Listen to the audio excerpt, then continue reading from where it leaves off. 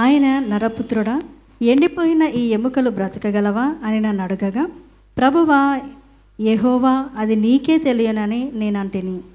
అందుకు ఆయన ప్రవచనమెత్తి ఎండిపోయిన ఈ ఎముకలతో ఇట్లనుము, ఎండిపోయిన ఎముకలారా యెహోవా మాట ఆలకించుడి. ఈ ఎముకలకు ప్రభువైన యెహోవా సెలవిచ్చినదేమనగా, మీరు బ్రతుకున్నట్లు నేను మీలోనికి జీవాత్మను రప్పించుచున్నాను. ఏమనమ్మా? మీరు బ్రతుకున్నట్లు నేను మీలోనికి జీవాత్మను రప్పించుచున్నాను.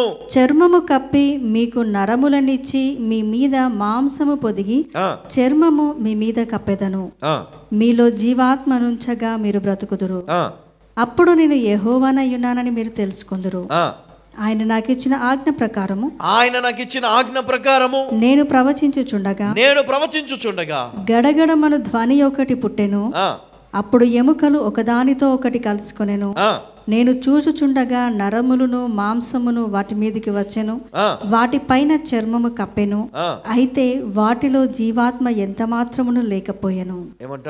వాటిలో ఎంత మాత్రమును జీవాత్మ లేకపోయెను. అప్పుడు ఆయన, నరపుత్రుడా, జీవాత్మ వచ్చునట్లు ప్రవచించి ఇట్లనుము, ప్రభువగు యెహోవా సెలవిచ్చినదేమనగా, జీవాత్మ నలుదిక్కుల నుండి వచ్చి హతులైన వీరు బ్రతుకున్నట్లు వారి మీద ఊపిరి నిడుము. ఆయన ఏమన్నాడమ్మా? నలుదిక్కుల నుండి జీవాత్మ రమ్ము. హల్లెలూయా, హల్లెలూయా. అమ్మ, ఈరోజు నీ జీవితంలో, ఈ ఎండిపోయిన నీ జీవితంలో తిరిగి ఆ విజయము రాదేమో అని బ్రతుకుతున్న నీవు ఈరోజు నువ్వు ధైర్యం తెచ్చుకోవాలా? ఆ సారపాతు విధవరాల జీవితంలో మనం చూసినప్పుడు దేవుడి చేసినటువంటి అద్భుత కార్యాన్ని మనం జ్ఞాపకం చేసుకోవాలి. లాజరు జీవితాన్ని జ్ఞాపకం చేసుకోవాలి. ఎందుకో తెలుసా? ఎందుకంటే దేవుడు నిన్ను కూడా తిరిగి బ్రతికించగలడు. నీ జీవితంలో ఉన్నటువంటి ఈ సమస్యల నుండి తిరిగి నిన్ను బ్రతికించగలడు. చాలాసార్లు అనుకుంటాం కదా, నా చేయి దాటిపోయిందండి కదా కదా ఈ సమస్య నా చేయి దాటిపోయింది. అయ్యో, నీ కుమారుడు మరి ఇంకా మారట్లేదు, నా చేయి దాటిపోయినాడండి. నా చెయ్యి దాటిపోయినాడు, ఇక నా వల్ల కాదు, నేనేం చేయలేను, నేను మార్చలేను. తల్లి, తండ్రి, పెద్దలు నా చేయి దాటిపోయాడని చెప్తారు. కొన్ని పరిస్థితులు మన చేయి దాటిపోయి ఉండొచ్చు. కొన్ని పరిస్థితులు మనం బాగు చేయలేకపోయి ఉండొచ్చు.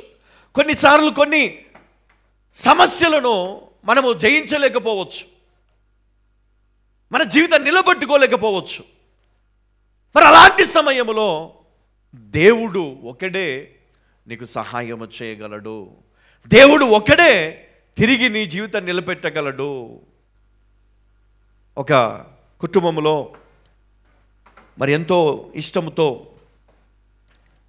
పెళ్లి చేసుకున్నటువంటి ఒక జంట కొంతకాలం తర్వాత కొన్ని కారణాల వల్ల, కొన్ని సమస్యలతో మరి ఇబ్బంది పడుతున్నప్పుడు మరి వారి తల్లిదండ్రులు మరి ఒక ఫోన్ కాల్ చేసి వారి సమస్య నాకు చెప్పినప్పుడు నేను ఒక మాట చెప్తా ఉన్నాను వాళ్ళతోటి.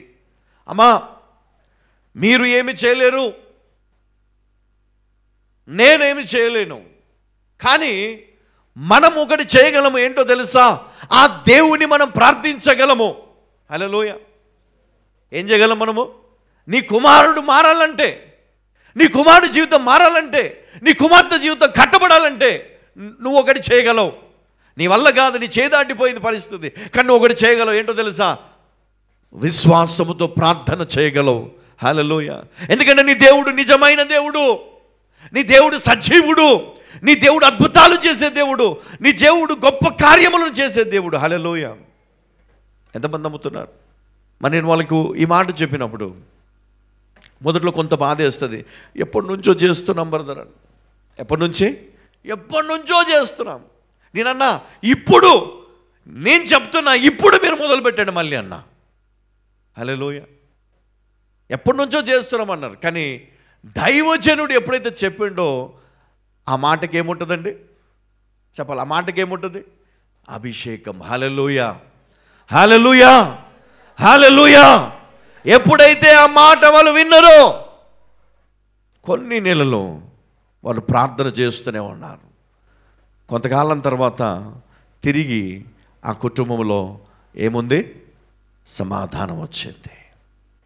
విడిపోతారనుకున్న కుటుంబం, ఇంకా విడాకులు ఇచ్చేస్తారనుకున్న కుటుంబం ఏం చేయబడ్డదండి?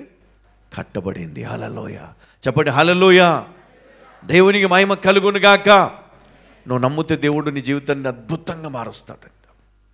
కానీ మనకు ఆ విశ్వాసం లేదు. ఆ విశ్వాసం మనకు కావాలా? దేవుని మనం అడగాల. ఎందుకంటే ఎండిన వెముకలను సైతము బ్రతికించగల దేవుడు నీ దేవుడు. హల్లెలూయా.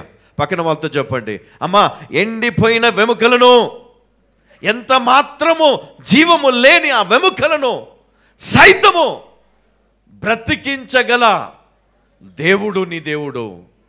నువ్వు భయపడకు, నువ్వు ధైర్యం కలిగి ఉండు. నీ దేవుడు నీ జీవితాన్ని మారుస్తాడు. నీ దేవుడు నీ జీవితాన్ని నిలబెడతాడు. నీ దేవుడు నేను ఉన్నతమైన స్థితిలో పెడతాడు. హల్లెలూయా, హల్లెలూయా. దేవునికి మహిమ కలుగునుగాక. మనలో కొన్నిసార్లు అవిశ్వాసం మనం ఏం చేస్తుందంటే, ఇంకా ఎంత చేసినా వేస్టే కదా. ఎన్నిసార్లు మందిరానికి పోయినా వేస్టే, ఎన్నిసార్లు ఉపవాసం ఉన్నా వేస్టే. ఇక వద్దులే అని అంటాడు సాతానుడు. ఏమంటాడు? ప్రార్థన చేసేవాడిని కూడా పాడు చేస్తాడు కదా. ప్రార్థన చేసే వాళ్ళ దగ్గర కూడా పోయి కూర్చుంటాడు. ఇంకేం చేస్తావు? ప్రార్థన చాలే, ఇంకేం పోతావు గుడికి, ఊరుకో. కానీ దేవుడు అంటాడు, నువ్వు లే, పరిగెత్తు, మందిరానికి రా. నువ్వు ఇంట్లో ఉన్నప్పుడు ఇంట్లో ప్రార్థన చేస్తావు, కానీ ఆదివారం మట్టుకు నువ్వు మందిరానికి వెళ్ళి దేవుని నువ్వు ఆరాధిస్తావు. హల్లెలూయా, హల్లెలూయా. దేవునికి మహిమ కలుగును గాక.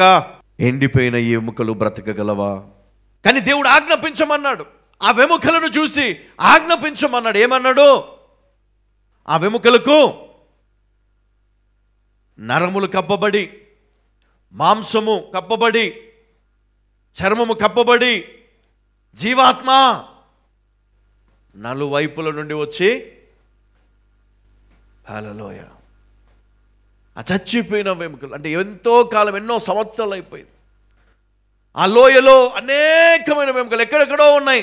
ఆ కళేబరాలు, చెయ్యి ఒక దగ్గర, తల ఒక దగ్గర, కాళ్ళు ఒక దగ్గర, వ్రేళ్ళు ఒక దగ్గర, అవన్నీ కూడా తారుమారు అయిపోయి, ఏ వెముక ఎక్కడో ఏ అస్థిపంజరంతో అక్కడికి వచ్చేసి అవన్నీ కూడా కట్టబడ్డాయి. అవన్నీ కూడా చర్మముతో మరి కప్పబడి, ఆత్మతో, జీవాత్మతో ఏం చేయబడ్డాయండి? చదవమ్మా ఒకసారి. అప్పుడు ఆయన, నరపుత్రుడా, జీవాత్మ వచ్చినట్లు ప్రవచించి ఇట్లనుము, ప్రభువగు యెహోవా సెలవిచ్చినదేమనగా, జీవాత్మ నలుదిక్కుల నుండి వచ్చి హతులైన వీరు బ్రతుకున్నట్లు వారి మీద ఏమన్నాడు? హతులైన మీరు బ్రతుకున్నట్లు వారి మీద ఊపిరి విడువుము, వారి మీద ఊపిరి విడువుము. ఆయన నాకు ఆజ్ఞాపించినట్లు నేను ప్రవచింపగా జీవాత్మ వారిలోనికి వచ్చెను. వారు సజీవులై లేచి లెక్కింప శక్యము గాని మహాసైన్యమై నిలిచిరి. చూడండి, ఇక్కడ ఆదికాండం 1:2 ఏమని రాయబడి ఉందమ్మా? ఒకసారి చదవండి. ఆదికాండం 1:2 భూమి నిరాకారముగాను శూన్యముగాను ఉండెను, చీకటి అగాధ జలము పైన కమ్మి ఉండెను. దేవుని ఆత్మ జలముల పైన అల్లాడుచుండెను. హల్లెలూయా. ఆదికాండం 2:7 చదువుకుందాం. దేవుడైన యెహోవా నీలమంటితో నరుని నిర్మించి వాని నాసికారంధ్రములో జీవవాయువు నూదగా నరుడు జీవాత్మాయను. హల్లెలూయా, హల్లెలూయా. చూడండి, ఈ జీవాత్మ అంటే ఈ జీవము ఎక్కడి నుంచి వస్తుంది చెప్పాలా? ఆ దేవునిలో నుండి వస్తుంది. ఆయన ఏం చేశాడు? మట్టిని తీసుకున్నాడు. మట్టిని తీసుకొని ఆ యొక్క మనిషి రూపాన్ని ఇచ్చి కదా, ఆయన స్వరూపంలో ఆయన చేసి ఆ నాసికానందములో ఆయన ఊదగా ఆ మట్టి బొమ్మ కాస్త కదా వెముకలు, నరములు, రక్తము, మాంసము, అవయవాలతో మరి నిలబడింది. మరి ఆయన చేసినటువంటి ఆ యొక్క గొప్ప కార్యమే ఆదాము. హల్లెలూయా. మరి ఈరోజు దేవుడు మన జ్ఞాపకం చేస్తూ ఉన్నాడు. ఏమనంటే, ఈరోజు నీ జీవితంలో, పాడైపోయిన నీ జీవితంలో, ఎండిపోయిన నీ జీవితంలో, ఇంకా బాగుపడదు నా జీవితం అనుకునే నీ జీవితంలో తిరిగి ఆ జీవితాన్ని ఇచ్చే దేవుడు మనకున్నాడు అని ఈ యొక్క వాక్యం ద్వారా జ్ఞాపకం చేస్తా ఉన్నాడు. హల్లెలూయా.